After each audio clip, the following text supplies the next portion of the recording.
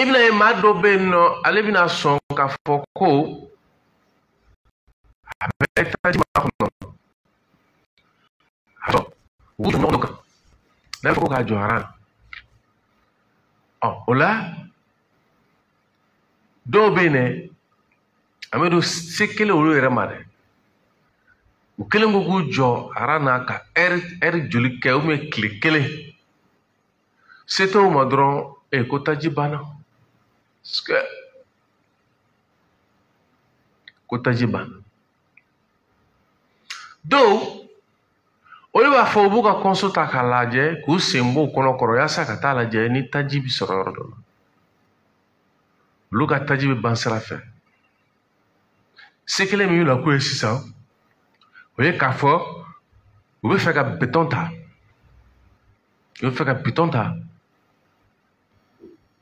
bitɔn min ni u bɛ fɛ ka taji k'a kɔnɔ ka taa k'u ka kɔnso la ou bien ka na k'u ka gurupu kɔnɔna na an bɛ bali ka mun ye olu fana t'o sɔrɔ i b'a ye o siratigɛ la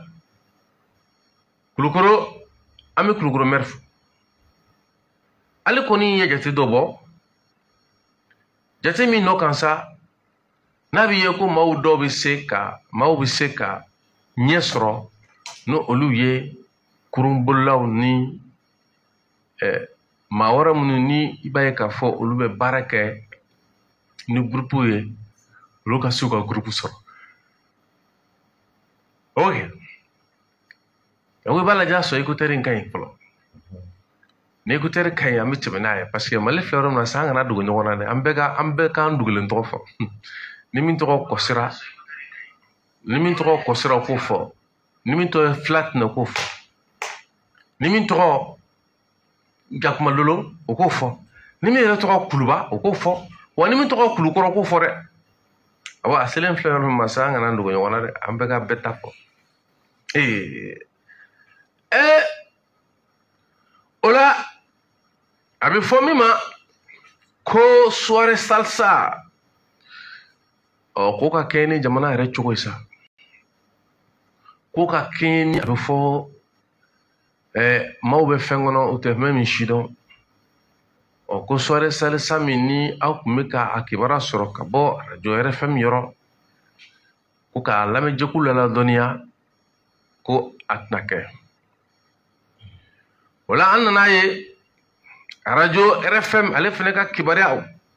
o fana bɛ yan on dit avis aux auditeurs ko nin ye kibaruya ye ka ɲɛsin aw lamɛnjɛkulu ma pour des raisons qu'on préfère taire, la direction de la radio RFM, la 88.5 MHz, porte à la connaissance de tous l'annulation de l'activité du 4 novembre 2025 visant à célébrer l'homme Adama Ben après 2 ans et 2 mois de prison ferme. Depuis un moment, le 4 de chaque mois est devenu un créneau de rencontres et d'échanges autour de la cause du Mali et du Sahel. Un rendez-vous pour louer les efforts de l'homme Adama pour la sortie de crise. On est kibaraya kada lamejekulu kloka. Ko abiye ko sigi min ni o bolodalen don kalo kura tile 4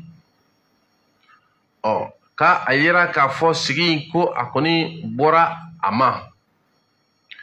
ka da kun kan ko min ni arajo ɲɛmɔgɔyaso y'a kanu ko o to gundo la sigi min n'o bɛ kɛ kalo kura tile 4 a bɛ tali kɛ ka tasibila kɛ ka ɲɛsin maa jamana in kɔnɔ yan maa min n'o nana wele k'a fɔ ko Adama Ben Jara dit Ben le cerveau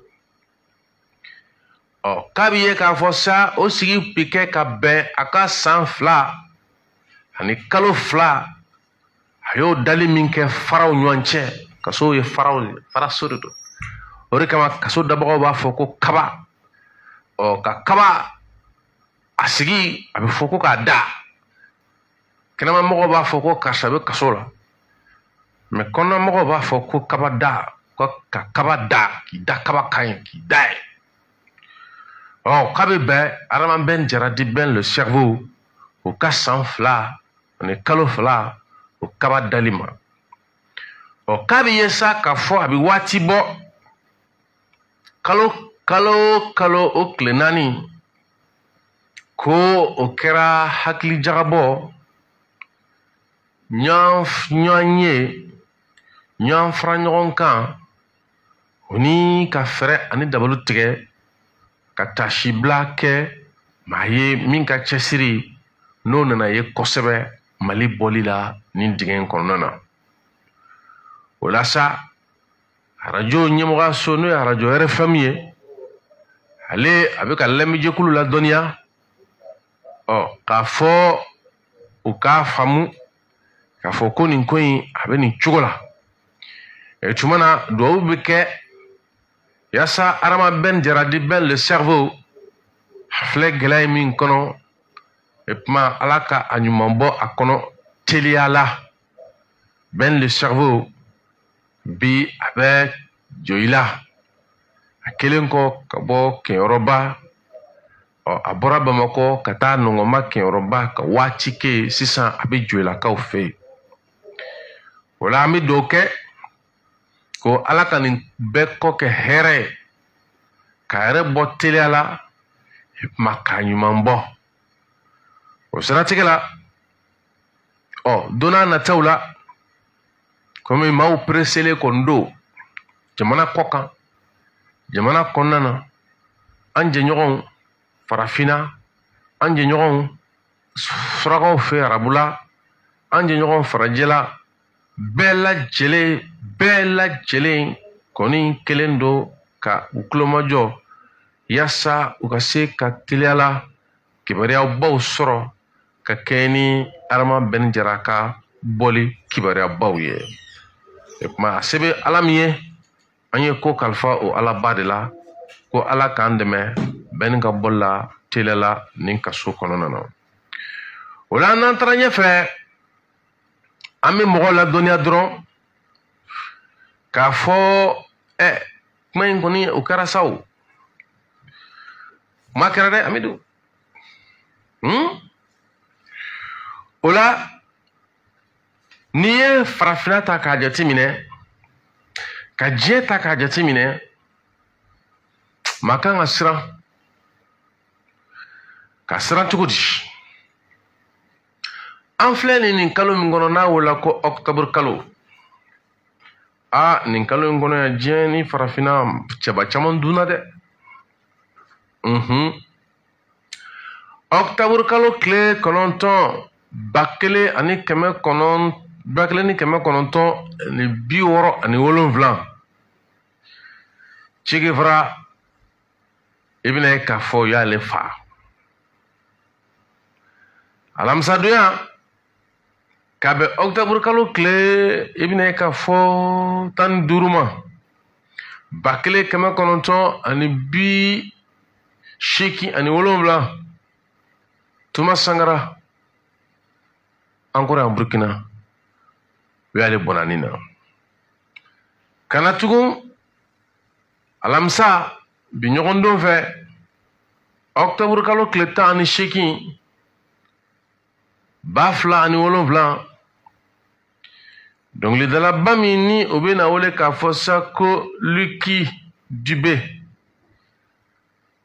i bɛna ye k'a fɔ sud-africains fɛ yen u y'ale fa a ka denbaya jɔlen ɲɛna k'a fa k'a kɛlɛ karaba alamisa don tugun ka bɛn bi ɲɔgɔndonya ma octobre kalo tile 20 2011 Libi o masakɛ kɔrɔ n'o ye Mohamed Gaddafi ye u y'ale bɔnani na jɔn y'o kɛ OTAN alamisa tugun awɔ kɛ octobre kalo kile mugan ani kele ba kelen 1997 Melchior Ndabaye n'a bi ye k'a fɔ ko ale de kɛra Burundi jamana kantigi fɔlɔ ye cɛ ale sigilen fanga la tile 102 o y'ale bɔnɛ ani na Burundi kɔnɔ sike Amidu ale kɔni nana ni kow ye sa a donna suya ko kɔnɔ ka suya ko ta ka bɔ n'a ye ka na ni ko dɔ ye a bi ɲa o Amidu an bɛ tila ka Mali ko Mali ayiwa an bɛ tila ka ɲɔgɔn dugulen tɔgɔ fɛ yan Mali ko la est-ce que octobre kalo tile 6 1981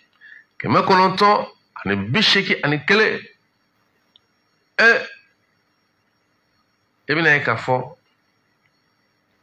maa min bɛ wele sa k'a fɔ ko Anur El Sadat Égypte kɔnɔ o y'ale bɔnɛ ani na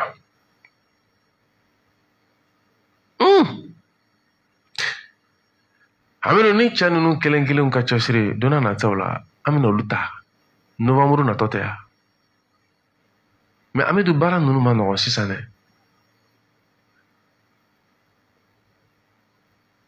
ko taji tɛ yen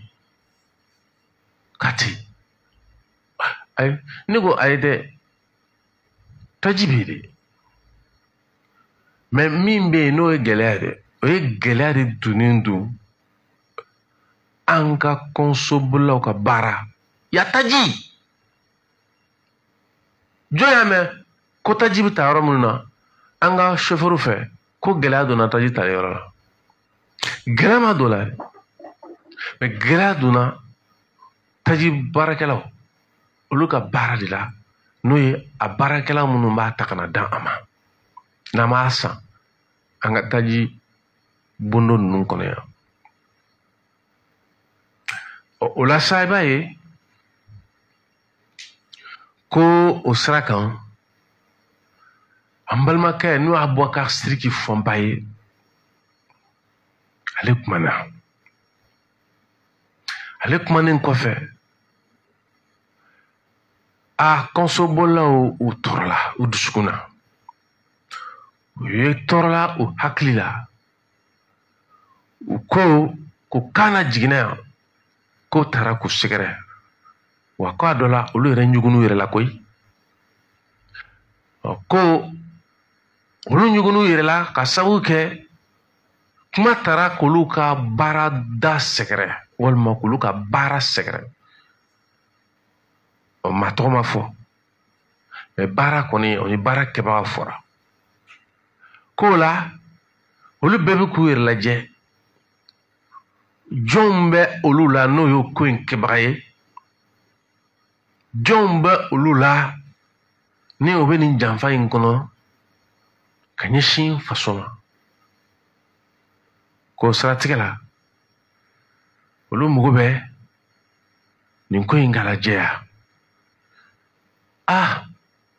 nin ko in ka lajɛya a dɔ la sira min taara o ye ko an ka taa kiiri tigilamɔgɔ ɲɛkɔrɔ n'i bɛ taa olu fɛ yen i bɛ damakasi de kɛ damakasi sɛbɛn faransikan na an y'o de wele k'a fɔ ko plainte a yera ko nin y'a tile damadɔ ye olu nana o plainte k'o don o donna hakilina ni cogo min na an ti jɛ ɲɔgɔn fɛ ka ba chauffeur olu ka kɔrɔfɔ lamɛn. Ok, an bɛ bɛɛ lajɛlen fo ka waati min ka sanga na sɔgɔmada na an ye ɲɔgɔn ye min kɛ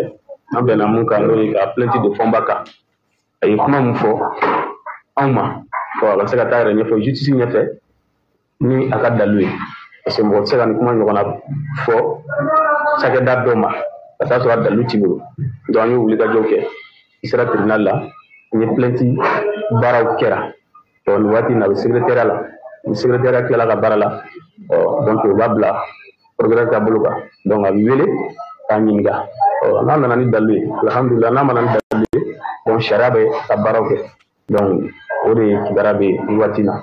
voilà ka fɔ bɛɛ lajɛlen an bila ci min na an taar'o kɛ o tɛmɛnen kɔfɛ an tilala ka laɲini kɛ procureur bolo tuguni ka d'a kan sariya ko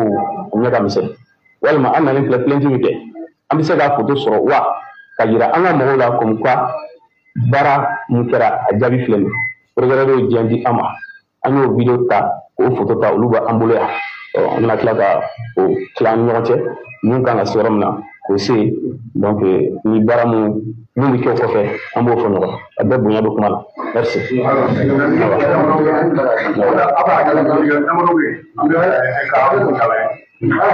b'a daminɛ i yɛrɛ tɔgɔ ni jamu na ani bɛ jɔyɔrɔ min na Sénégal ani Sénégal minnu tɔn minnu faralen bɛ ɲɔgɔn kan an ka se k'a dɔn parce que a bɛ se ka kɛ dɔw bɛ ka su o t'a dɔn tɔn minnu don o t'a dɔn maa min bɛ kuma la. D'accord. Ale ka sababu bɛ toujours ne tɔgɔ Mamadu Kasamara ne kunnafonidila ye Sénacor kɔnɔna na o jɔyɔrɔ filanan b'i bolo nin ba in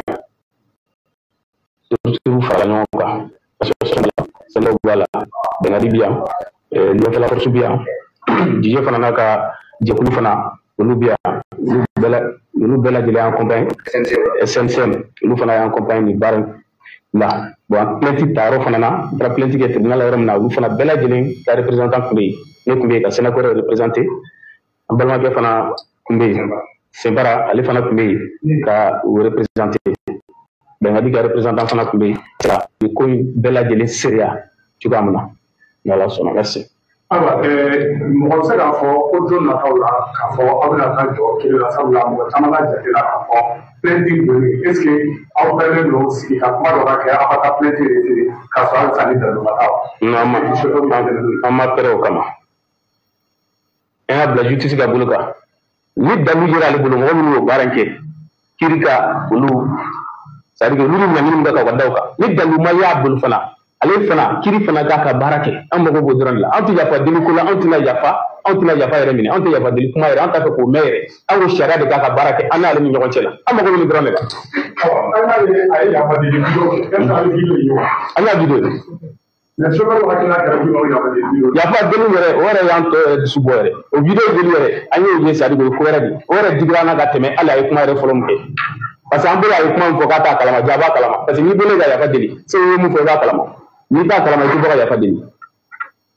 Awɔ an bɛ don min na ko bi chauffeur yɛrɛ moral bɛ cogo di kuma in mɛnlen a ye chauffeur bila polo jumɛn kan. bon a y'u tɔɔrɔ u y'u ka denbaya bɛɛ lajɛlen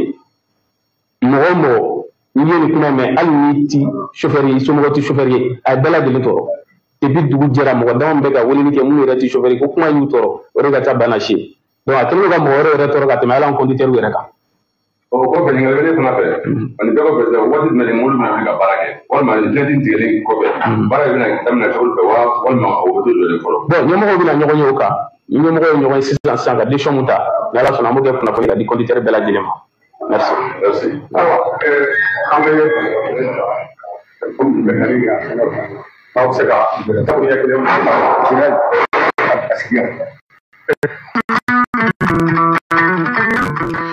Hamidou nin yɔrɔ la Tande Lagare n'o ye tɛnɛ fo Konebugu la an bɛ foli s'a ma an bɛ don min na ko bi Hamidou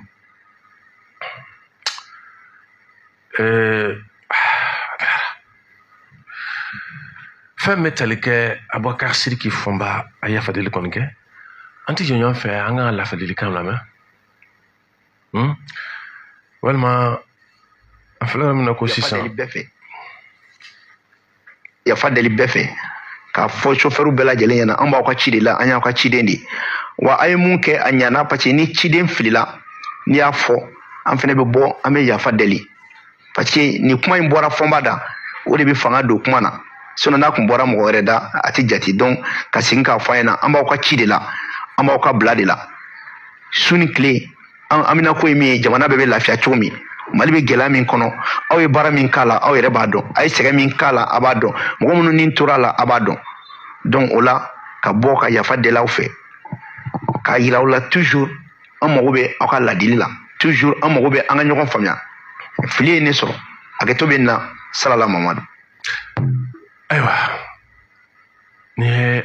Abubakar Sidiki Fɔnba ka yafa deli ye Amara deli ka foko albish alaka foka ben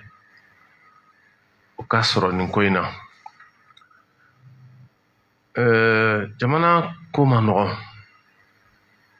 Ne yɛrɛ kɔni kelen-kelen, ne yɛrɛ kɔni kelen-kelen la, n tɛ min kɔni fɛ ka i sigi i yɛrɛ ma ten komi an b'a kɛ cogo min na kogo jukɔrɔnin na,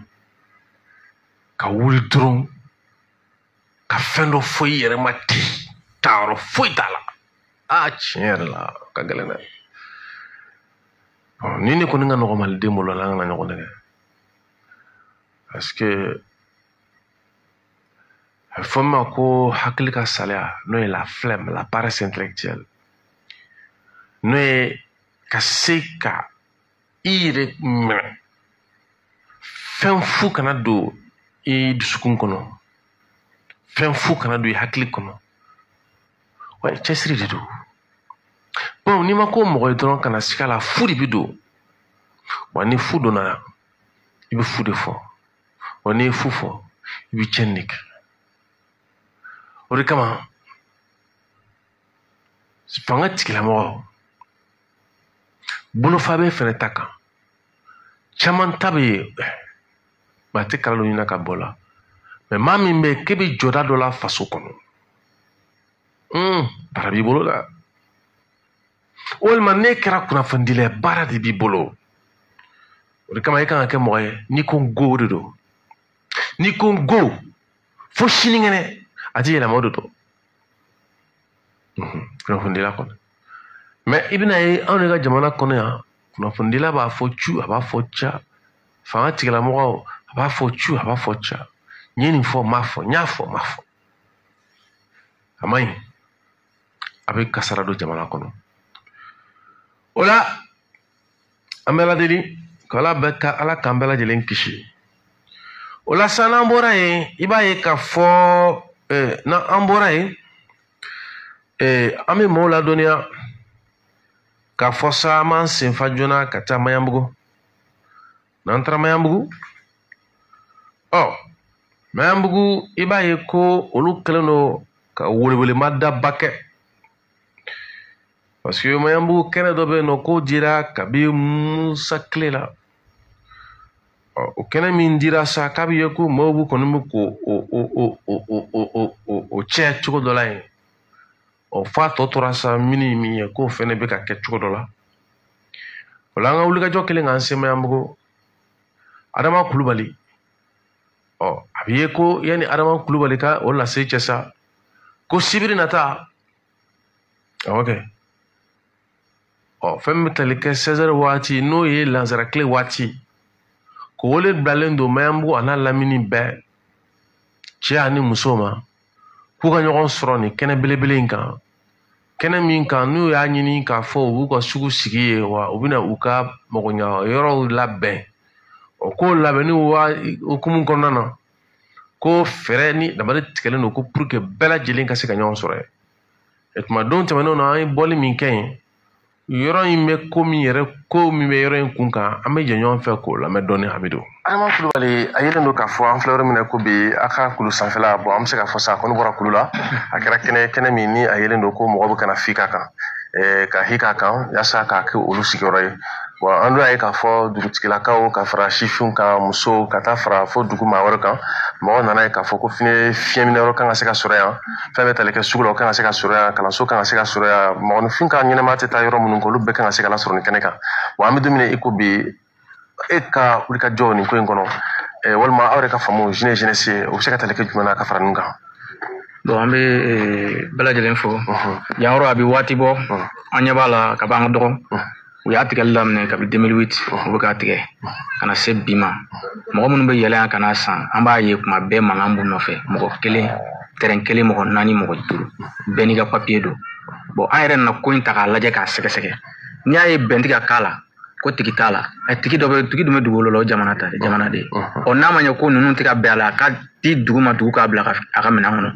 An y'a jateminɛ constitution rurale mun bɛ bɛn 195 hectares foyi t'a kɔnɔ, aucun espace vert, aucun centre de santé, aucun police, poste de police, mairie foyi t'a kɔnɔ. ni si respectelen tɛ 195 hectares hectare kɛmɛ ani 95 ani duru n'i y'o jateminɛ a bɛɛ dunna ka ban e filɛ ka fɛn fɛn fɔ n'o bɛ tali kɛ lakanakɛyɔrɔ ka taa se sugu ma ka taa se kɛnɛya ni kalanso ma o si ma se ka sɔrɔ nin kɔnɔna na a si t'a kɔnɔ donc o b'a yira k'a fɔ ko plan min bɔra yɔrɔ kan o plan ma baara kɛ o kan cogo si yɛrɛ la donc c'est comme a ma dabɔ mɔgɔ yɛrɛ ka balo yan sa kɛ ayi parce que plan min bɔlen don kabi an ka président kɔrɔ ala ka hinɛ na Musa Tarawele a consommer rural di 68 a morcelé do hectare babaw de dɛmɛ hectare donc habitat tun tɛ i m'a faamu a dilen don ka baganw ni mara kɔnɔ ani sɛnɛ donc bi an b'a ye mɔgɔ ka ca kɔnɔ a kɛra habitat ye n'a kɛra habitat ye le fait que morcellement ninnu kɛra hectare de mɔgɔw de ta don an tɛna se k'a fɔ k'an b'o espace ɲini an m'a ye an ye ɲininkaliw kɛ ka dɛsɛ espace ma yira an na ko min bilala construction rural kɔnɔ ko nin ye fiɲɛ samada ye ko nin ye dugu ta ye bon an ɲɛ b'a la kulu min bɛ ka tigɛ ni nin tigɛra ninnu fɛ ni mɔgɔ ninnu fɛ u bɛ ka tigɛ cogo min na an b'a dɔn mɔgɔ minnu b'a kɔfɛ papier jɛlen t'u bolo i b'a papier dɔw minɛ i bɛ taa n'a ye domaine na wali i bɛ taa n'a ye mairie la i tɛ ɲɛ foyi sɔrɔ a la u b'a yir'i la k'a f'i ɲɛna ko yɔrɔ tɛ se ka tigɛ ka morceler ni plan approuvélen tɛ yen ni décision dɔ ma ta k'a di mairie ma k'a di dugu ma ou bien k'a di fanga dɔ ma min bɛ se k'a labaara i y'a faamu donc i b'a ye k'a fɔ sɛbɛn fɛn fɛn bɛ ka bɔ a la sɛbɛn ninnu sɛmɛnen tɛ aw ka jate la sariya foyi la an kɔni hakili la sariya foyi la sɛbɛn ninnu sɛmɛnen t'a la parce que a ca papier caman bɛ yen donc a bɛ n'a fɔ sisan n'i ye jateminɛ yan yɛrɛ vocation a fɔra k'a bɛ ka kɛ baara a dira k'a ka kɛ min ye i b'a fɔ ko sariya ma ta fɔlɔ ko yɛlɛma yɛrɛ o ma yɛlɛma mais mɔgɔw y'a yɔrɔ bɛɛ tila ka ban u y'a bɛɛ tila ka ban fo ka tɔ to sa an bɛ se k'a fɔ dɔrɔn senda yɔrɔnin damadɔ dugu fana wulilen don sisan kɔni k'olu fana k'u ɲɔyɔrɔ sɔrɔ a ko la n'o ye dugu ka hakɛ o ye dugu hakɛ de a ka ta ka bila dugu hakɛ kɔnɔ bi ye octobre kalo tile 2 ye an ɲɛ b'a la musow bɔlen don cɛw bɔlen don ninnu bɛɛ donc a bɛ na fɔ an labɛnnen de don yaasa nin ko in bɛ se ka bila cogo min na lafiya minɛn kɔnɔ awɔ an labɛnnen don kulu organisation an ye collectif dɔ former jeunesse fara musolaka an balakaw parce que degun fɔlɔfɔlɔ y'an balakaw de ye parce que olu de bɛ jigin so kɔnɔ yan parce que ni su kora yan 2 heures du matin ni problème bin'u kan ka dɔgɔtɔrɔso la sɔrɔ a ka jan mobili ɲɛ tɔ i y'a ye sira ma nɔgɔya mobili ka yɛlɛ a taxi ka yɛlɛ a caman bɛ jigin so kɔnɔ de i y'a faamu bon ni san tilenna ka na diɲɛ don o don ninnu ka dumuni tɛ mɔn parce que sira tɛ ji bɛ jigin ni fanga min ye sira tɛ k'a fɔ k'i bɛ bɔ yan k'i bɛ taa sugu la c'est des kilos et des kilos donc an bɛ an ɲini faamaw fɛ nin yɔrɔ ka ta sɛgɛsɛgɛ quoi sɛgɛsɛgɛli ka don a la ka dɔn problème ko yɛrɛ ka ɲini k'a dɔn ka kisɛ bɔ ka se ka bɛn k'a la dugu bɛ se ka lafiya cogo min na faamaw k'o baaraw kɛ quoi o de y'an ka laɲini yɛrɛ fɔlɔ ye a ka ɲini ka ɲɛdɔn sɔnni a ka di mɔgɔ ma fɔlɔ minnu b'a kan anw a ka ɲini ka ɲɛdɔn min bɛ yan parce que ni faamaw y'a dɔn min bɛ yan u bɛ sariya boli a bolicogo la ne yɛrɛ dalen d'o la. D'accord. I bɛ se ka kuma kuncɛ jumɛn? Bon n bɛ kuma kuncɛ ni min ye n b'an ka faamaw fo faamaw folen kɔfɛ n bɛ nin cɛ kelen kelenna bɛɛ lajɛlen fo ani musow bɛɛ lajɛlen an balaka ninnu de b'an kɔ su ani tile an bɔ o bɔ c'est des centaines de femmes qui sortent à chaque mobilisation. Muso kɛmɛ yirikaw. An ka dernier fɛngɛ la an ka dernier meeting na an ye liste de présence min ta 225 femmes. Muso dɔrɔn cɛ t'a la muso 200 ani 25 225 femmes o ye minnu nana a taa ye minnu tɔgɔ ta sinon dɔw nana yɛrɛ meeting banni k'u ka baaraw n'u ka tobiliw n'u ka sugu kɔnɔ feerew n'u ka tɛnɛni ni arabaninw bɛɛ bila ka na k'a bɛɛ bila ka na n'i ye muso kelen k'o ko min na o tɛ coordonné sa dɛ donc an bɛ weleli de kɛ jɔyɔrɔma dɔnnoli faamaw fɛ u k'u da don nin ko in na parce que ni nin ko in taara dɔrɔn problème no construction rurale moto tɛ se ka boli yan à partir de 19 heures i si bɛɛ tɛ sɔn n'a ko yɛrɛ tora nin cogo la tan est ce que nin tɛ se ka kɛ bandiw dagayɔrɔ ye ou bien ka tiɲɛnikɛlaw encourager tiɲɛni na parce que i bɛ se ka boli ka don yan i bɛ tunu mɔgɔ t'a dɔn taara yɔrɔ min na zone rouge de don hali rebelle ka donni Bamakɔ yan min bɔra an ka zone kɔnɔ yan a ma bɔ Bamakɔ yɔrɔ si min bɔra yan zone kɔnɔna la Falaja attaque min kɛra rebelle min dalen bɔra yan zone kɔnɔ a ma bɔ Bamakɔ yɔrɔ si blessé fara kɛnɛman kan. Ah mais donc o b'a yira k'a fɔ ko hali lakana yɛrɛ ta sira fɛ a ka kan nin yɔrɔ kan ka se ka ladilan ten sɛ Ala ka jɛ komi ni an ka baro sen fɔlɔ ye an bɛna ko tɔ sɛgɛsɛgɛ kibaruyaw kɔni an na jɛnsɛn diɲɛ fan bɛɛ lajɛlen fɛ ka tila ka ɲini ɲɛmɔgɔ fɛ u k'u jɔ u jɔyɔrɔ la yaasa nin tɔɔrɔ min bɛ sigida mɔgɔ kan tɔɔrɔ ka wuli ka bɔ yen komi laɲini ye ko k'a dɔn nin yɔrɔ in a bɛ tali kɛ fɛn min na baara kan ka se ka kɛ cogo min na yaasa dugu bɛ se ka taa sɔrɔ jamana bɛ se ka taa sɔrɔ ka taa se fo maa wɛrɛ minnu bɛ yen n'u bɛ se k'u maa mago ɲɛ a kɔnɔ olu ka se k'u ta sɔrɔ a la donc an bɛ fo kibaruya ɲuman dɔn ka yira mɔgɔ la k'a fɔ ko bisa an kɔni nin kibaruya sɔrɔ ka bɔ yan ka kibaruya min ni an bɛna jɛ k'a jɛnsɛn ka baara ka kan e kuma k'a ɲini faamaw fɛ Ala k'a to u ka se k'u tulo don a kɔrɔ min b'a to n'an bɛ se k'an ka nafa sɔrɔ a kɔnɔna na an bɛ fo kibaruya ɲuman dɔn. Aw ko sibiri Lanzarakile n'o ye Sezere ko nin kɛnɛ kofɔlen nin ɲɛmɔgɔkaw bɛɛ kan ka yɔrɔ dɔn Sokɔrɔjikaw bɛɛ kan ka yɔrɔ dɔn ko an bɛ ɲɔgɔn sɔrɔ ye n'an filɛ yɔrɔ min na ko sisan maaw faratɔ ɲɔgɔn kan komi an b'o kaw fɛnɛ a dɔ la a bɛ se ka kɛ u b'a tagama cogo ɲɛ dɔn sinon an minnu bɛ bɔ ba kɔfɛ a bɛ don ko Yakuba Mamutu Jara ko welelen don Yakuba Mamutu Jara k'an welelen don an bɛna taa cogo di an bɛ se ka bɔ k'an tagama ka taa subhanallah cɛ dɔ tɛ nɛgɛsoni dɔ ɲini ka d'a ma an ka o nɛgɛsoniw fara an ka kurusiw kan aw ka gurupu a taji ko in maa si m'aw wele ka bɔ fan si fɛ ka garibulan dɔ d'aw ma maa si m'o kɛ cɛ kuma Mali ko a selen filɛ yɔrɔ min na sisan kɔni an ka hakili to ɲɔgɔn na dɛ ba i b'a dɔn ko Mali problème ye min ye o de ye fɔlɔ kuma minnu tun b'an da dɛ nina tɛ sɔrɔ carte d'identité tɛ sɔrɔ an ka dugukolo gosira an na an ka balontan terrain gosira an na sɛgɛn b'an na courant tɛ ji tɛ ja anw kun b'a ye fɔlɔ ja anw kun b'a ye fɔlɔ min bɛ nalen nin bɛɛ kɔfɛ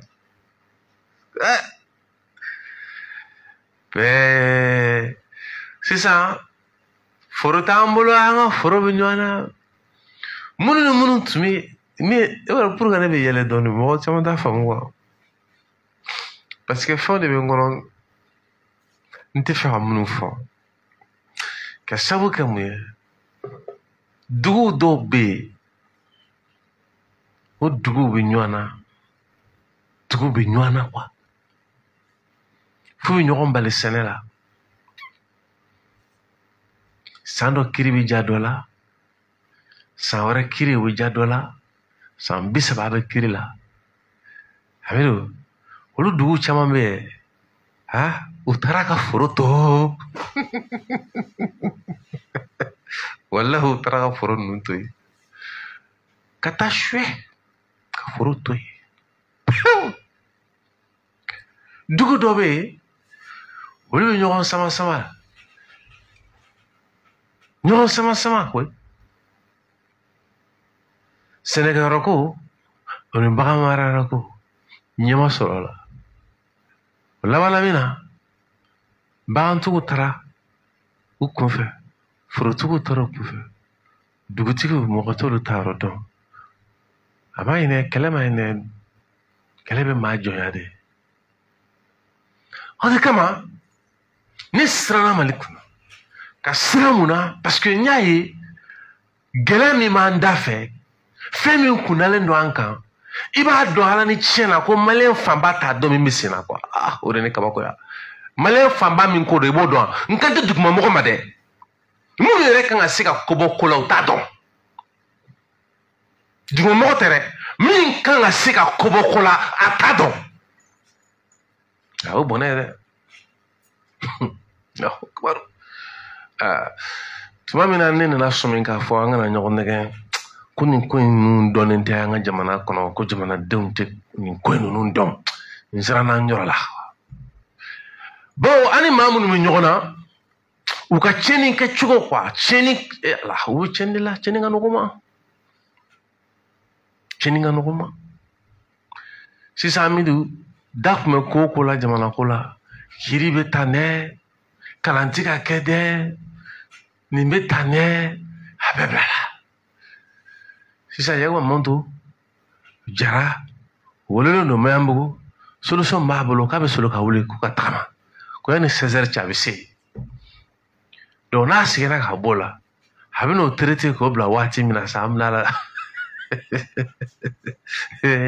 Allah o la bi ye Bajɛlɛ ka lɛfɛ o Bajɛlɛ ka lɛfɛ n'ale kɔni sigira ale bɛ jansa de dɛ a yera sa k'a fɔ ko a bɛ jansa fɛrɛ tɛ min na o ye 79 08 36 34 can ko fama la dɛ n'a bɔra lundi la an ma se yan fɔlɔ maliyɛnw kana jigin ɲɔgɔn na chauffeur ka baara gɛlɛya donnen don la quoi bon ni gɛlɛya donna chauffeur ka baara la dɔrɔn bon ɲɔgɔn na gɛlɛya donnen jamana ko bɛɛ la a ma ɲi dɛ a ye chauffeur bonya dɛ voilà donc nin kɔfɛ bɛɛ ka chauffeur bonya n'ala sɔnna chauffeur minnu jɔ jɔyɔrɔ la pour que gɛlɛya min b'an da la u ka nin gɛlɛya tɛmɛ ka bɔ yen chauffeur bɛ se ko la dɛ kilisiw b'u bolo sɛbɛndenw b'u bolo wa u ka mobili kɔnɔ nimurukumuniw bɛ yen an bɛ don min ko bi a caman fana bɛ yen nɔ affiches don kɔlɔsi juru b'u bolo m'a ye i b'o kɔlɔsi bila u ka mobili ɲɛfɛla la a ye chauffeur bonya nin kɔfɛ mɔgɔ si kana furunafolo minɛ chauffeur la ni chauffeur ko k'a bɛ denmuso fɛ dɔrɔn o don bɛɛ a bɛ taa don min na jeliba bɛ bila ka taa ko chauffeur kɛ ba karisa n'o kɛra yakuba mamudu ninnu bɛɛ bɛ kɛ chauffeur ye subahana dɛ mais ne non o fana plan ma ɲi bon vraiment bon a bɛ lajɛ n'a sɔrɔ a ka chauffeur bɛ san 5 bɔ wala o ne ma mɛn n'a bɛ san 10 bɔ parce que n'o kɛra a bɛ kɛ tiɲɛni ye pa non nin kɔfɛ dɔrɔn ni chauffeur ko k'a bɛ min fɛ k'a bɛ min denmuso fɛ dɔrɔn a di jeliba bɛ taa don min na o don bɛɛ a ko bɛ ɲɛnabɔ a banna pewu kuma tɛmɛ t'a la parce que ni ko ma kɛ ko ti dɔn bɛɛ y'a dɔn zen k'a fɔ ko ja an bɛ k'an pan k'an gulon k'an kɛ tan chauffeur o de sɔnna donc maa ka dɔgɔ kana se chauffeur ma Hamidu ale kɔni min tun b'ale bolo an ko ko o ye jafrɛ bon en fait jafrɛ t'u ka hakɛ to min b'ale bolo sa an ko ko o ye ale ka moto fɛnɛ korokara ye moto korokara an ko falini magawo ni falini yɛrɛ sisan moto yɛrɛ taji t'o kɔnɔ bilen Hamidu yɛrɛ bɛ vertiba a t'a wele ko vertiba vertiba i bɛ mɔgɔw ye fɔ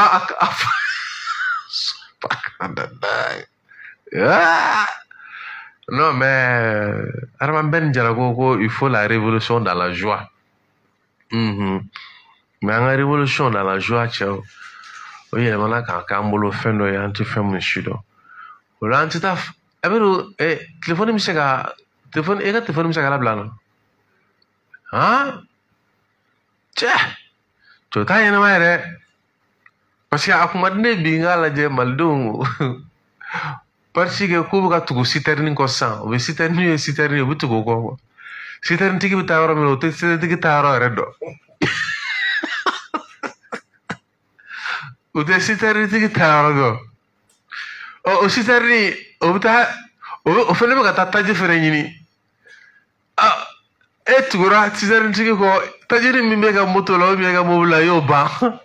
citerne fini tigi taara a jɔ fɛnɛ o fana bɛ aran na ko pour que ale ka taji sɔrɔ a kɛra an bolo baara ye sisan o la an bɛ taa Fayala n'an sera Fayala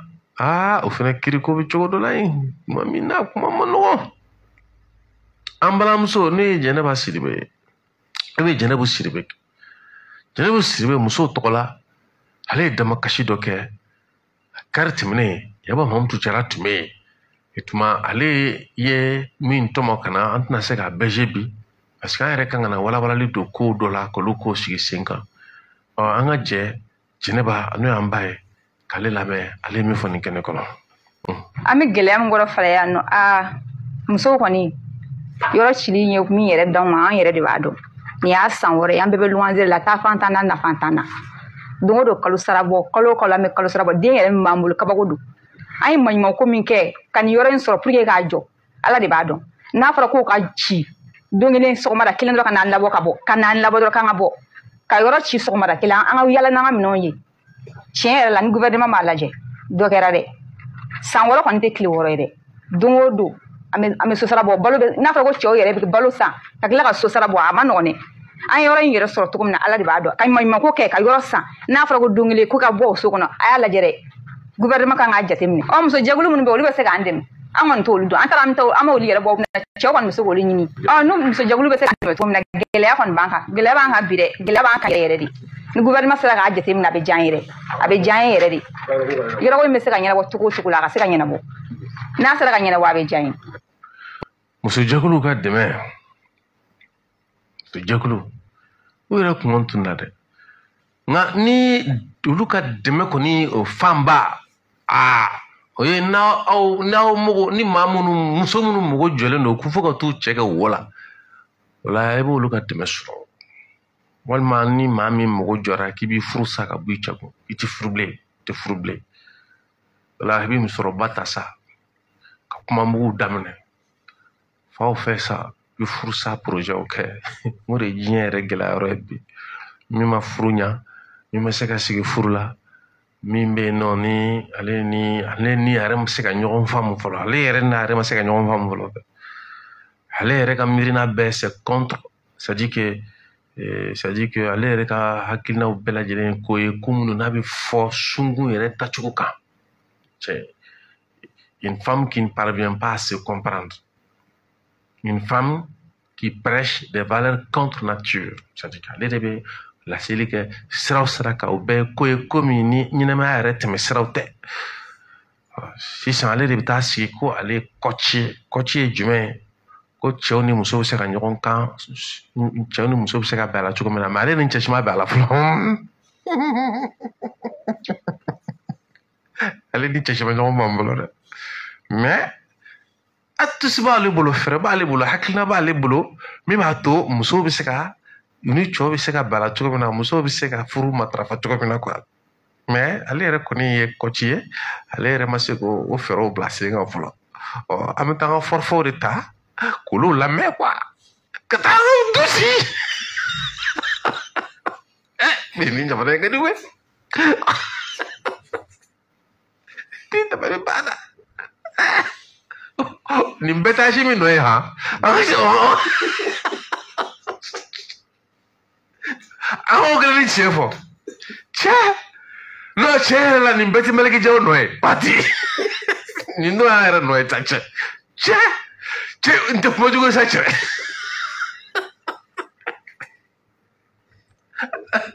ale yɛrɛ n'a ka fɛɛrɛ o ale ni cɛ ma se ka bɛn a la dugukolo ko kan ale de bɛna ala minɛ i sigi ko an bɛ ka yɛlɛ i kuma an tɛ émission na an bɛ mɔgɔ kulo b'a la ci comment c'est-à-dire que cɛ dusukasi bonyana nka a to an ka yɛlɛ dɔɔni parce que mais ne ma se k'a faamu quoi mɔgɔ min bɛ yen mɔgɔ ka hakɛ to hali teriya sira fɛ maa min ma se ka teri sɔrɔ a yɛrɛ la o ani diɲɛ cɛsi ma ɲɔgɔn faamu a m'a yɛrɛ faamu yɛrɛ e b'i ka furu la san 20 i b'i ka furu la san 10 e bɛ ti ala minɛ de u ka walandaw ta ko i bɛn'o bila anw cɛw kan walahi i b'a sɔrɔ kɛnɛma ye i ka furu san 30 kɔfɛ i b'a sɔrɔ kɛnɛma ye fɛn ninnu filɛ nin ye a ma nɔgɔn koyi k'a fɔ ko expérience hey i yɛrɛ mara dɔrɔn mara de ye tiɲɛ ye dɛ se i yɛrɛ la k'i yɛrɛ faamu o de ye tiɲɛ ye dɛ n'o tɛ k'a fɔ ko i ni zanbilen i ni n t'a dɔn i ni wara i ni fɛn i ni jɔn tugun k'a fɔ ko i n'olu bɛɛ ko ko kɔfɛ sa i bɛna furu sisan n t'a dɔn jɔn ma i furula o ma sisan ko i ye walanda minnu sɔrɔ olu bolo k'i bɛna o walanda bila o kan lahi i ma bɔ monsieur le maire fɛ yen ka bɛn le 15 octobre ma le 12 novembre i b'i sɔrɔ kɛnɛ ma a kana wɛrɛ o fɛ de don parce que i y'a kɛ tan ni karisa i y'a kɛ tan ni karisa n'a sɔrɔ ko ne dabali banna n'a sɔrɔ k'i ye expérience sɔrɔ dɛ parce que i n'olu bɛɛ i ye ɲɔgɔn dɔn dɛ ko o y'a to e ye hakilina sɔrɔ dɛ t'olu dɔ nɔfɛ komi i ye walanda sɔrɔ i y'a cerner i y'a faamu t'olu dɔ nɔfɛ quoi i n'olu ma se ka bɛn o la ka sababu kɛ walanda kirikaraw b'i bolo ko sisan ko i donna furu la sisan ko i b'a lajɛ olu ka ko taabolo ti bɔ an da la wa t'i sigi ko kɔci lamɛn kɔci yɛrɛ m'a yɛrɛ faamu fɔlɔ jango et puis fɛnɛ k'a bɛ mun de kɛ aba musokɔrɔba to yen koyi a ka musokɔrɔba a b'o to yen a kɔrɔmuso a b'o to yen olu bɛɛ ye ko dɔ kɛ olu bɛɛ ta bɛ se ka faamu sisan a tɛ maa min dɔn a tɛ maa min cogo foyi dɔn o yɛrɛ min bɛ ka kuma ale fɛ k'o ye kɔci ye n'a ɲɛ b'a ko muso don wa muso tɛ wa i b'o dɔn muso don wa muso tɛ wa i b'o dɔn bi dalu jumɛn b'e bolo k'a dɔn ko karisa ye muso min ye ko karisa tɛ muso ye o dalu de b'i bolo o sigilen don kumaw fɔfɔli la yen i tɛ kuma minnu tafa ni dafan dɔn a la k'i bɛna sisan o ka leçon faralen ɲɔgɔn kan k'i b'o appliquer jɔn y'i bilo la wallahi monsieur le juge bɛ yen i bɛ taa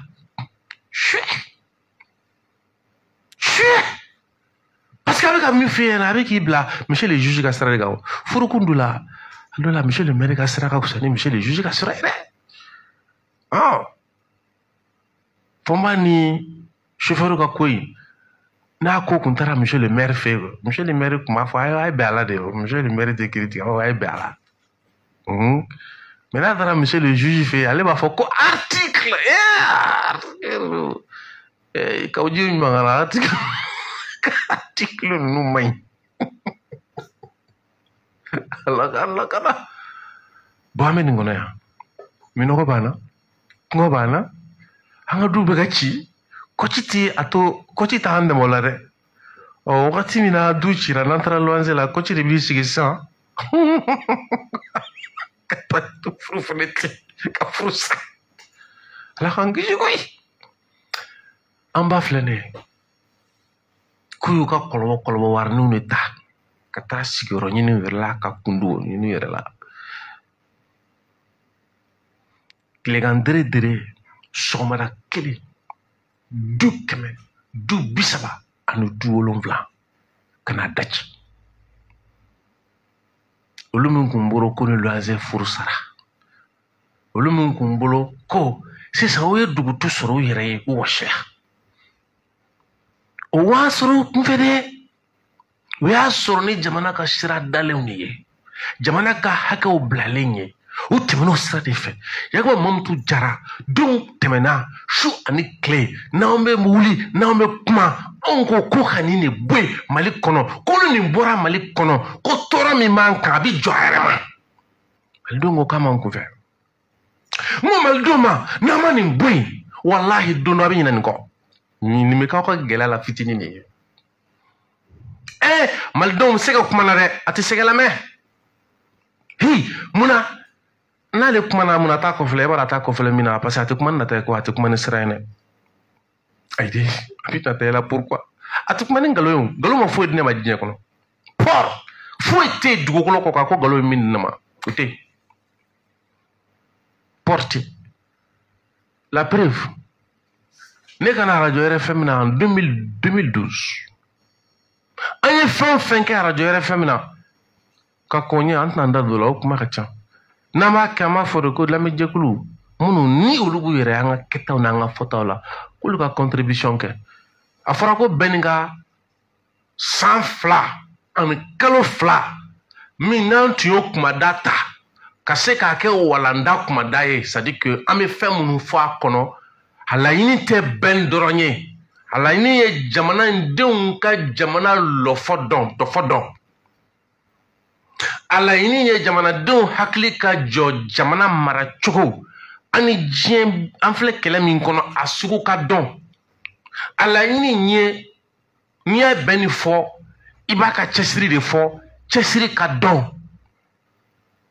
n'i y'a fɔ juguya min taara k'a sɛgɛrɛ kabi farajɛ la i k'o dɔ fɔ dɔn a ye tagama min kɛ k'o ka se ka jɔ faso ye i k'o dɔn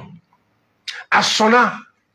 a n'a jɛw k'u bolo bɔ janfa nafolo kɔrɔ ka bɔ jugu yɔrɔ e k'o dɔn e tɛ se k'o kɛ dɛ e m'o kɛ dɛ m'o f'i ɲɛna dɛ awɔ o ka dɔn a ka dɔn fɛnɛ ko an filɛ min kɔnɔ ko gɛlɛya de don wa a ka dɔn ko denw dɔw sɔnna ka fara ɲɔgɔn kan k'u bɛ gɛlɛya in wuli o ka dɔn o dɔnni de bɛ nafa a bɛ faso de nafa a bɛ fasodenw de nafa a sunna bɛn tɛ dɛ a y'a kɛ ka ban a dilalen filɛ nin ye kɔgɔw ɲɔgɔn cɛ fara de don a dalen filɛ yɔrɔ min na nin ye ko minisuma ka yɔrɔ dilannen don o minisuma ka nafolo caman a bolo bɔr'o kɔrɔ quoi ale ta kɛra minisuma ko la min ye ka taa da o kaso kɔnɔ kabako tɛ o fɛnɛ se bɛ ala de o donc n'an bɛ fara ɲɔgɔn kan an bɛ fara ɲɔgɔn kan ko k'o de dayira Jabaru la yaasa ale ka kɛ ko in basibaga ye o de kama ji ka da ko sanan kan an m'a daminɛ bɛn na dɛ an y'a daminɛ su la maaw bɛ yen nɔ mun bangera k'u ka ɲɛnamaya kɛ ka fatu ka taa sɔrɔ an ma diɲɛ ye an nana olu ka kow ɲɛɲini ka ji dɔw sanan kan n'a fɔ an bɛ ka kɛ bɛn ta la cogo min na an bɛ don min na i ko bisa ni nɔgɔya bɛ don ko la alhamdulilah a bɛ maaw nafa a bɛ jamana nafa a bɛ jamanadenw bɛɛ nafa kuma tiɲɛ o tɛ dɛ o cogo min na a bɛ ye ko ne nana fɔ de ko aw bɛ ka nin fɛn ni fitinin minnu y'aw senkɔrɔ n'a bɛ ka jɔ la dɛ n'a ma nin wo ninnu gere don dɔ bɛ kɛ jugu bɛ don ne fɛ dɛ ne ko dugu mɔgɔw dɔ ma n taara Segu Pelengana Segu Pelengana a dugutigi nana nin studio kelen kɔnɔ yan can wula an taara Mopti koyi an taara Tombouctou ka taa Gao ka se Kayi Seku Sikaso San Bla yɔrɔ jumɛn mɛ Mali kɔnɔ a ma se yɔrɔ min na ka taa n jɔ maaw kɔnkɔrɔ u ka degun kan dɔw ta o don min minɛ ka don kaso la don cogo la a ka bon hakili ma dɔw ta u ka dugukolo bɛ minɛ cogo la u tɛ se ka min faamu diɲɛ kɔnɔ nin bɛɛ kɔfɛ an nana fɔ Mali ko n'i ye jateminɛ kɛ sɛnɛ ta fan fɛ sɛnɛkɛyɔrɔ caman bɛ kunbalan kɔnɔ ka sababu kɛ ko kiri bɛ a ko kan kiri tɛ bana baarakɛla caman bɛ gɛlɛya kɔnɔ sanu bɔta sira fɛ a ka cɛti gɛlɛya ka bon quoi c'est-à-dire que an ma sɔn ka ko dilan u da fɛ yɔrɔ Mamutu Jara fo ko bɛɛ nana mɔmɔ ɲɔgɔn ma ka na ko bɛɛ kɛ degunba kelen sa fo an yɛrɛ tun bɛ degun minnu ye ni an b'a fɔ k'o de ka jugu an ɲinɛ n'o kɔ pewu sisan kɔni bɛɛ ɲinɛ ne ka degun ko sa bɛɛ kelen don k'i sigi k'i ɲɛ jɔ Amidu la Amidu fɛnɛ an y'an sigi ka ɲɛ jɔ Amidu la ko kana ni misi ye ko misi de b'a ko ɲɛnabɔ Amidu ko wa misi mara yɔrɔ t'ale bolo dɛ ko bawo ko kungo kɔnɔna falen don fɛn jugu la a bɛ yen min tɛ waraw ye e filɛkɛ tuma min na an mago bɛ an ka misi la k'o saraka e ko misitigi bɛ yen ko misi ko e tuma an bɛna misi bɔ min mais i b'a dɔn an balimamuso ko k'u bɛ luwanse la dɛ nka pourtant o dun y'u ka yɔrɔ ninnu sɔrɔ cogo min na an ka jɛ ka Dirisa Konate lamɛn Dirisa Konate ninnu olu de kɛra ko seere ala ayi san 6 ninnu bɛ ni taga bin na ala nana kɛ kiri kɔni nana yira n'o ye sanfɛlele kiri ye ko kiri min kun kɛra Kati ni Kati kiri a yira k'a fɔ ko jo b'u fɛ ni camancɛ kiri nana yira k'a fɔ ko jo t'u fɛ kɔfɛ tuguni sanfɛ kiri nana fɔ ko a fɔli min kɛra camancɛ kiri la ko jo t'u fɛ ko segin ka kɛ o kiri kan wa ko maa wɛrɛ k'o kɛ n'o ye kiri tigilamɔgɔ ye ko pour que ko in ka lajɛ ɲɛmɔ jalen na ko sinon ko in kuma cayalen don an ka jɔ ɲɔgɔn fɛ ka Dirisa lamɛn. Bon n bɛ nabaga bɛɛ fo an filɛ yɔrɔ mun na n'o ye Falaya ye Falaya ale kɔrɔkɛ bɛ yan an fa sigira depuis ni anw yɛrɛ ma sɔrɔ bon ne bɔra mun kalama n kɔrɔkɛ in a sera ma don dɔ la a ko ma ko an fa ka yɔrɔ bɛ yan k'an ka fɛɛrɛ kɛ ka wuli yɔrɔ in ko la ko mɔgɔ dɔw bɛ fɛ k'a minɛ a ye nin fɔ don min na ne ko n ko kɔrɔ n ko an ka wuli ten ka sɔrɔ papiye t'an bolo fɛn t'an bolo k'an kɛ yɔrɔ ko in kan n ko n'an y'o kɛ k'a ma nɔgɔn dɛ ko jamana in kɔnɔ k'a ma nɔgɔn k'an ka wari ɲini fɔlɔ an ka wuli an ka don ko in kɔnɔ ne ye kuma in f'a ye don min na a yɛrɛ kun dimina ne kɔrɔ parce que a y'a yira papiye ko tɛ papiye bɛ se ka yɛlɛma mais ale bangera ale bɛ yan de dɔn ale tɛ se ka ɲagami yan na ne ko problème t'a la ala y'a kɛ an wulila ko in kɔnɔ ta ka don ko in kɔnɔ an donnen ko in kɔnɔ yɔrɔw commencera ka sɔrɔ dɛmɛbagaw kun b'an na minnu y'a dɛmɛ kosɛbɛ yɔrɔ kunfɔlɔ sɔrɔla yɔrɔ kunfɔlɔ sɔrɔlen o de papiye bɔra ka feere daminɛ n'o ye plan b'a la plan approuvé bɛɛ la arrêté b'a la droit coutumier b'a la bon o bɛɛ bɛ yɔrɔ in n'an bolo bon an kɔni tor'o sigi la kiriko nana daminɛ ka a nasigi ani minnu bɛ ɲɔgɔn na kiriko nana daminɛ fo ka bɔ don kasoladenw bɔ a la o yɛrɛ gɛlɛyara kosɛbɛ a ye kaso kɛ a bɛ se kalo 15 ma n'o ye n yɛrɛ kɔrɔkɛ ye bon kaso ninnu bɛɛ kɔfɛ a nana bɔ kaso la kasoladenw kɔni banna bon 2020 bɛna se tuma min na u nana dɔrɔn ka na bali dɔrɔn ka na yɔrɔ ci yɔrɔ bɛ ci don min na a y'a sɔrɔ ne yɛrɛ ka muso filanan bɛ yan so kɔnɔ yan bon o ye ne wele dɔrɔn sɔgɔmada fɛ dɔrɔn ko ne ma wele ko ne kɔrɔkɛ ka yɔrɔ bɛ ka ci n ko ka yɔrɔ ci ko awɔ ne bolitɔ nin la ka na bila yɔrɔ citɔ la yɔrɔ kɔni cira sa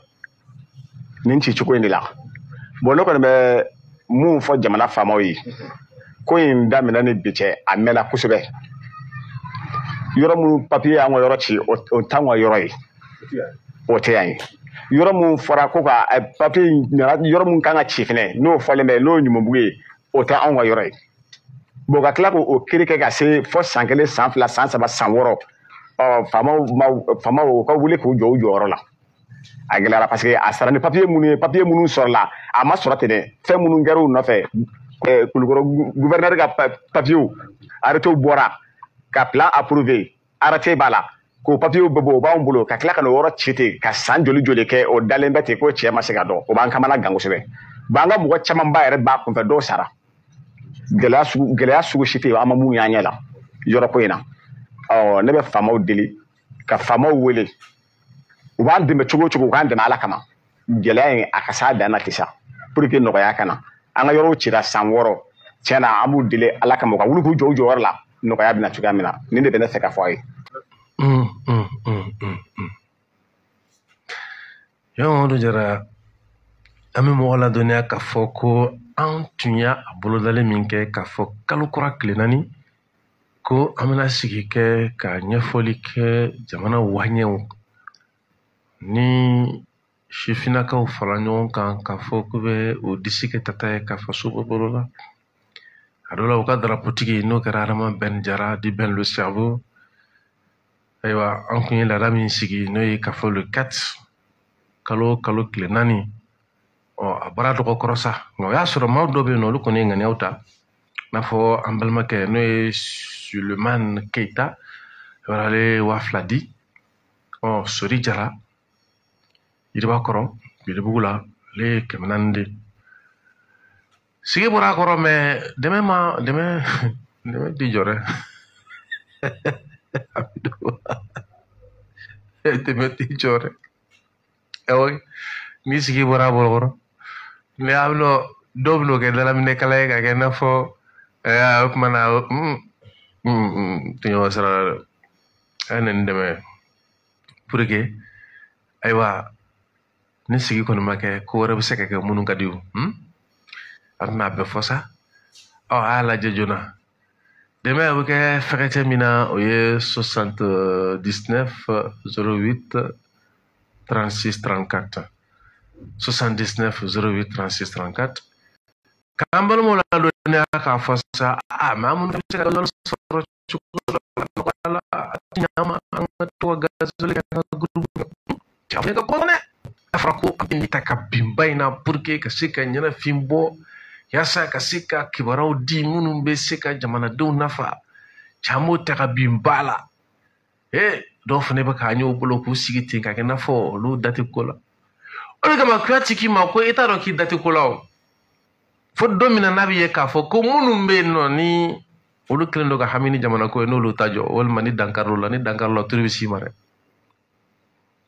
maa minnu cɛsirilen don fasoko la kan'u danga kan'u kɔni foyi ye quoi u bɛ ni koba de cɛ walahi u bɛ ni lebu cɛ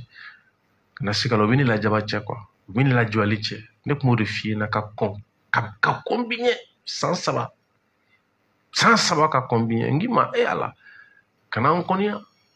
an bɛ ni ko caman cɛ n'an ta in jɔra a ma ɲi dɛ n'an ta in jɔra a ma ɲi dɛ bon an bɛ min na e t'a dɔn e ko Mamutu Jara Amidu e ka lajɛ nin kiri ninnu lajɛ nin kiri de b'an ka jamana kɔnɔ kiri jumɛn de don kiri yɛrɛ tɛ ko Mali kɔnɔ i bɛ kiri dɔ ye kiri tɛ n'a fɔ ko aw kan bɛ yɔrɔ kelen ma wa sɛbɛn bɛ bɔ aw bolo o yɔrɔ kelen kan dɛ. Mali kɔnɔ kiri caman bɛ yen nɔ o tɛ dɛ. Ngolo Jara, an ye Ngolo Jara ka dossier ta yan. U ni maa bɛ ɲɔgɔn na minnu ko titre de b'u bolo quoi. Sɛgɛsɛgɛlikɛlaw b'u ka sɛgɛsɛgɛli kɛ k'a yira k'a fɔ k'o bɛ yɔrɔ min ko fɔ ko Ngolo Jara ka yɔrɔ ko tɛ mais Ngolo Jara ka yɔrɔ bɛ ci fo minnu bɛ yen n'a bɛ fɔ k'olu ka yɔrɔ tɛ olu ka so bɛ jɔ a bɛ ka jɔ a kan bi. Ngolo Jara kɔni. Wa i b'a ɲini ko ka jɔ yanni ko ka taa yɔrɔ jan a tɛ sɔrɔ o tɛ se ka jɔ fana koyi. Mais sɛgɛsɛgɛlikɛlaw ne expert c'est-à-dire ne expert ye expertise ye o bɛ kɛ yɔrɔ kan yɔrɔ a bɛ yira k'a fɔ ko yɔrɔ in a tɛ titre tigi ka yɔrɔ ko fɔ nka o de ta bɛ kɛ dɛ. An y'o ye parcelle OM 49 la. An bɛna ye falaya fɛnɛ min fɛnɛ bɛ yen o de kama ne ko maliden ma n ko n'i tɛ nin dɔn i tɛ se ka kuma n'i tɛ nin dɔn i t'a dɔn ko jamana bɛ ka taa koyi n'i tɛ nin dɔn i t'a dɔn ko jamana bɛ ka taa bawo ninnu ye ko fitininw de ye jamana ko la n'an ma ɲɛ sɔrɔ ninnu na ko minnu bɛ yen nɔ n'olu ka kuma ni ninnu dɔn n'a tɛ se ka ɲɛ sɔrɔ la dɛ n b'o fɔ a ɲɛna dɛ malidenw. San joli joli nin ko ninnu makɛtili bɛ sen na nin ko ninnu ko bɛ sen na san joli joli ɲɛ tɛ ka bɔ a la a bɛ ka juguya ka taa fɛ de tuma an bɛ se ko jumɛn de la de an bɛ se ka ko jumɛn de dilan a y'o fɔ an ye an ko mɛn malidenw ko mande sɛgɛ de bɛ ka aw ɲininka malidenw n'aw dɛsɛra ka nin ko ninnu dilan ko tɔ minnu ka bon ne ninnu ye a bɛ se ka mun dilan o la an ka yɛrɛ ɲininka kɛ. Ne ko a ma de n ko n'a bɛ fɛ ka jamana dɔn ka jamana maracogo dɔn k'a dɔn ko jamana bɛ ka taa ou bien k'a tɛ ka taa n'i tɛ nin dɔn ne t'i lamɛn bon ne b'a dɔn i b'i kunfɛ. Amidu e ka lajɛ kɛlɛ bɛ kɛ ko a tɛna fɔ ko dugukolo kelen sɛbɛn fila sɛbɛn naani m'aw kan dɛ an tun b'o kɔnɔ de o bɛ ka dɔgɔya yɛrɛ o mais kabako ye min ye dugukolo kelen e Amidu ta o sɛbɛn min b'e bolo o ye fala ye i ni maa bɛ kɛ ɲɔgɔn na sɛbɛn min b'o bolo ko Zorokɔrɔ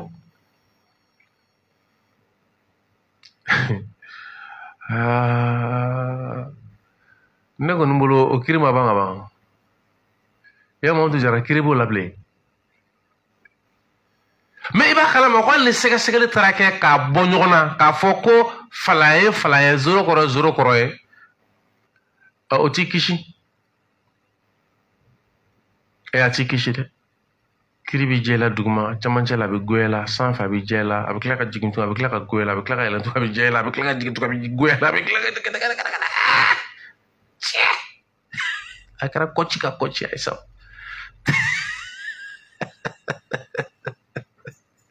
kɔci nin bɛ ninnu dɔ jaabi b'an bolo an baw bɛ ka lamɛn e ma diɲɛ bɛɛ kɛ e ma diɲɛ bɛɛ e ma taa fan bɛɛ fɛ fɔlɔ diɲɛ kɔnɔ e ma cɛ bɛɛ y'i ɲɛna fɔlɔ yɛrɛ i bɛ cɛ bɛɛ minɛ cogo dɔn kɔci Allah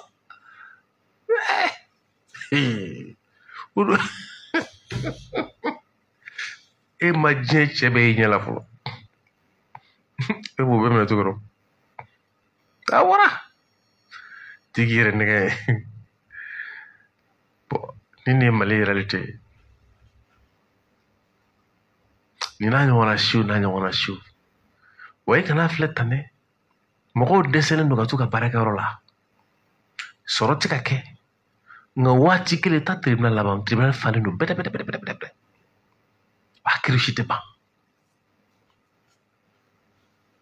ne ko maliyɛnw ma a tɛ bɔ a sen kɔrɔ wa n ko maliyɛnw ma a tɛ dugukolo ko in bɔ a sen kɔrɔ wa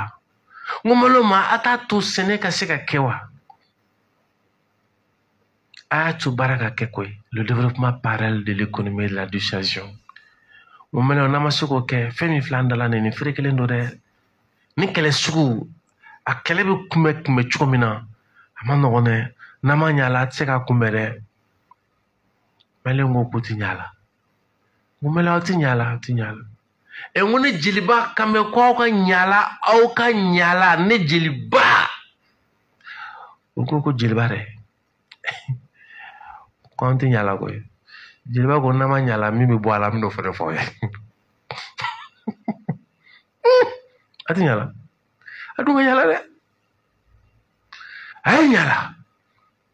au fond ni Sanchez. Enfin,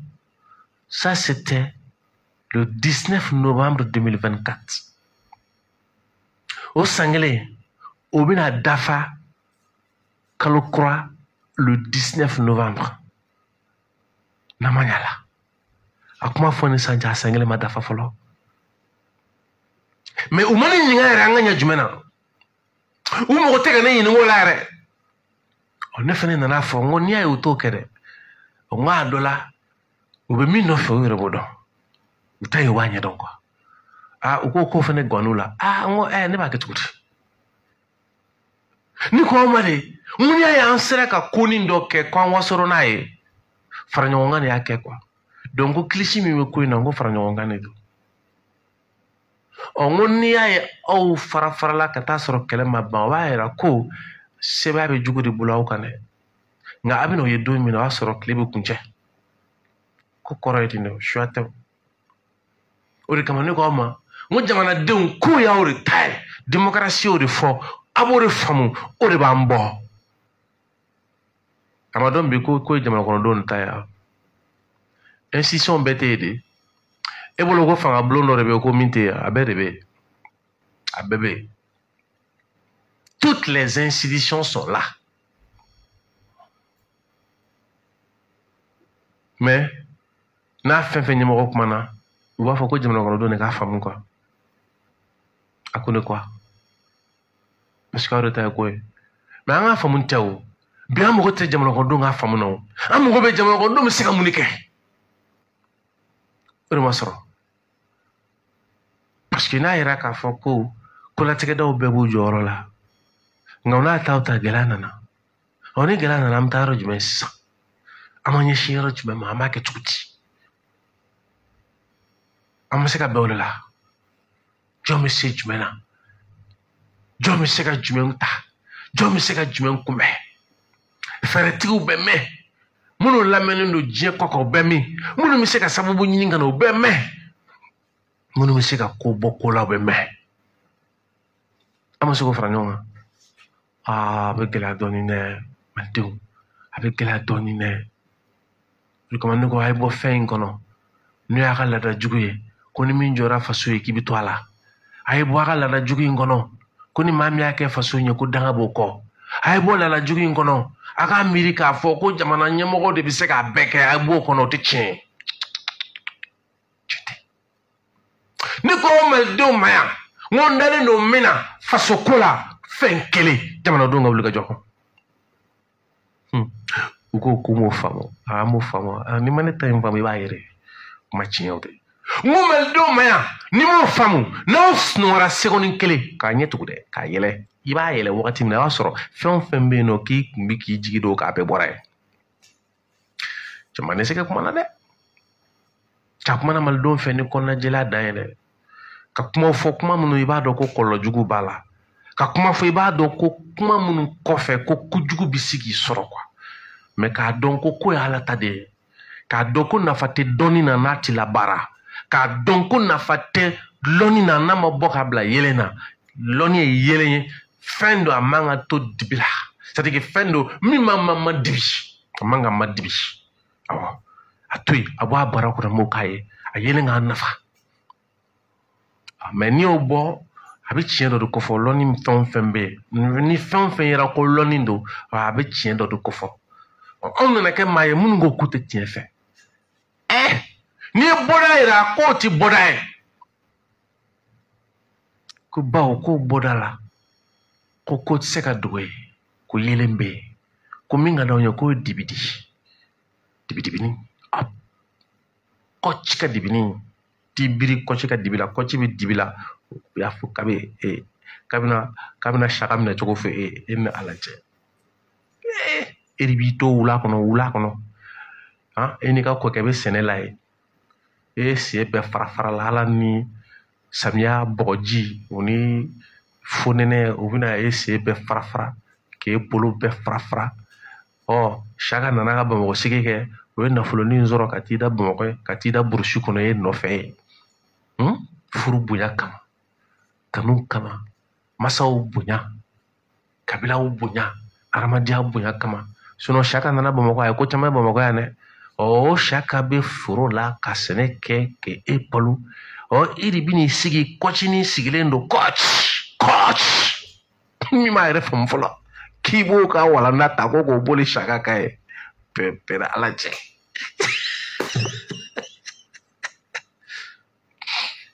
ko de fa ma don e kunkolo la k'i fari tɔ to ye ko de b'i yɛrɛ dɔn la ilaha illallah mais i bɛ ko mais a bɛ di quoi c'est-à-dire que est-ce que i tɛ comment dirais-je là ni kɛnɛmana mɔgɔw fara c'est-à-dire ka radio tigɛ pour que n faga min fɔ n k'a fɔ n dabara la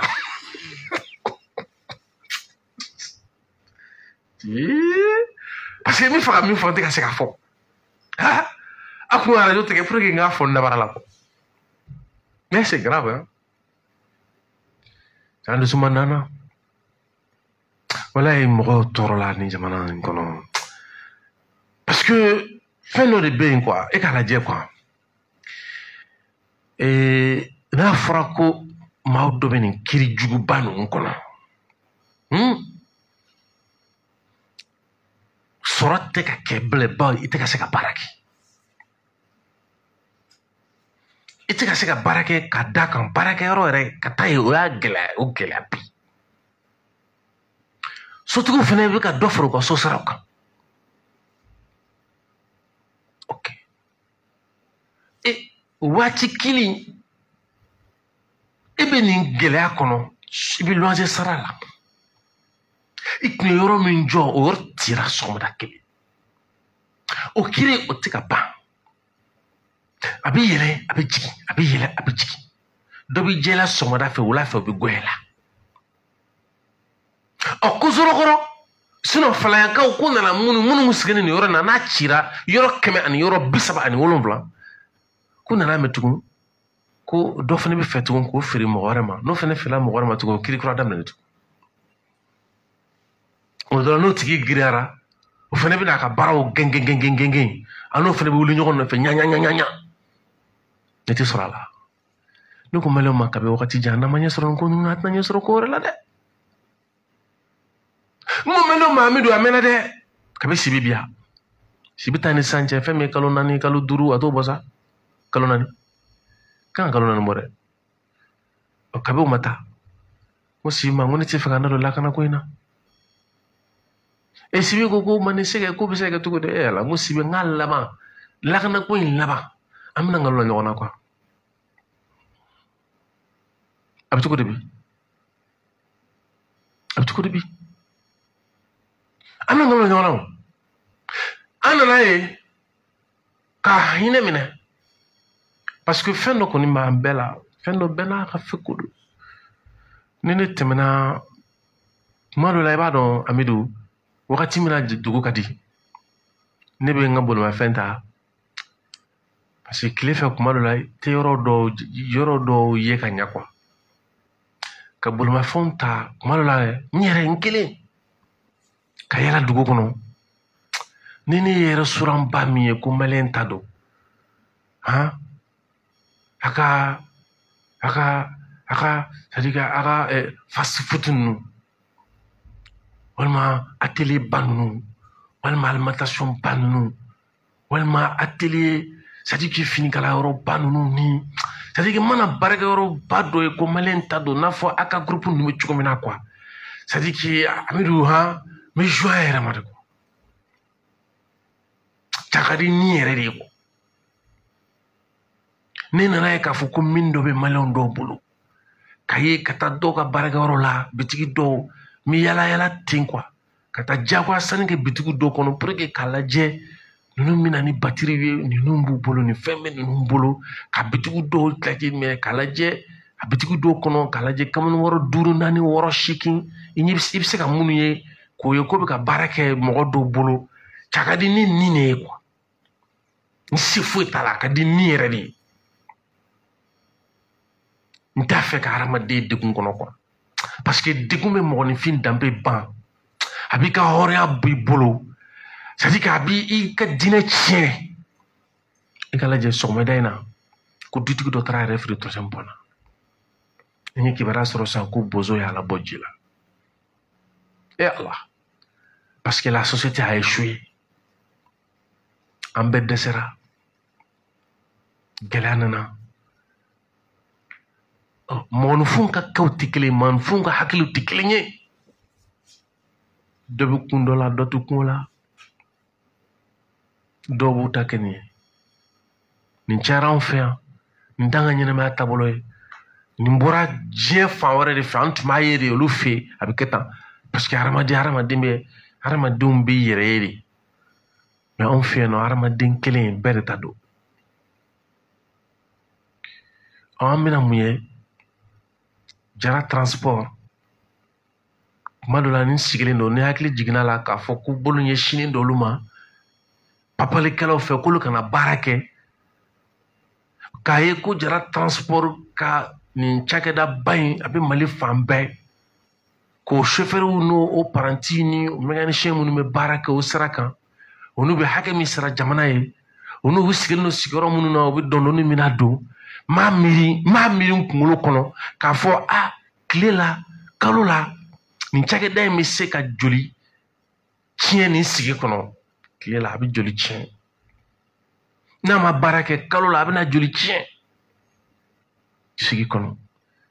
n ye miiri kalo 3 kɔfɛ cakɛda bɛna kɛ cogo di ala nana kɛ ala a fɔra ko jara transfert bɛ se ka baara kɛ gɛlɛya min ni u y'o sɔrɔ ko gɛlɛya sɔrɔla parce que k'u tun bɛ kofɔli de kɛ o de ma fɔ a la u y'o kɛ jamana de fɛnɛ ye dɛ o de nana n'u ka gɛlɛya ye o ko tiɲɛnikɛlaw ko sisan ko n'a ma ɲɛ k'a fɔ k'u bɛ se ka baara kɛ k'u ka kofɔli bɔ a la a ye min mɛn tiɲɛnikɛlaw da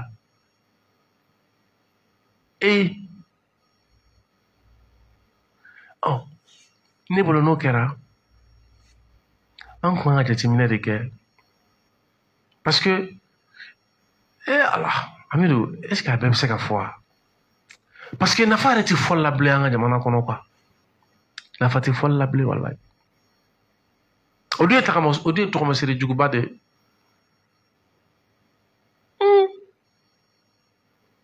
parce que n'a fɔra ko an kana sɔn ka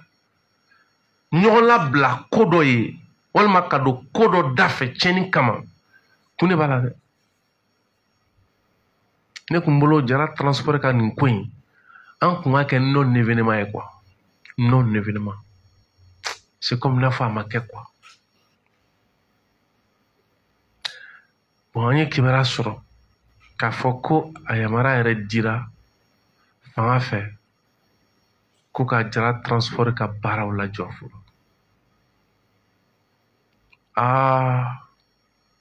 Amidou o tɛ kibaruya duman ye dɛ o tɛ kibaruya duman ye dɛ o tɛ kibaruya duman ye dɛ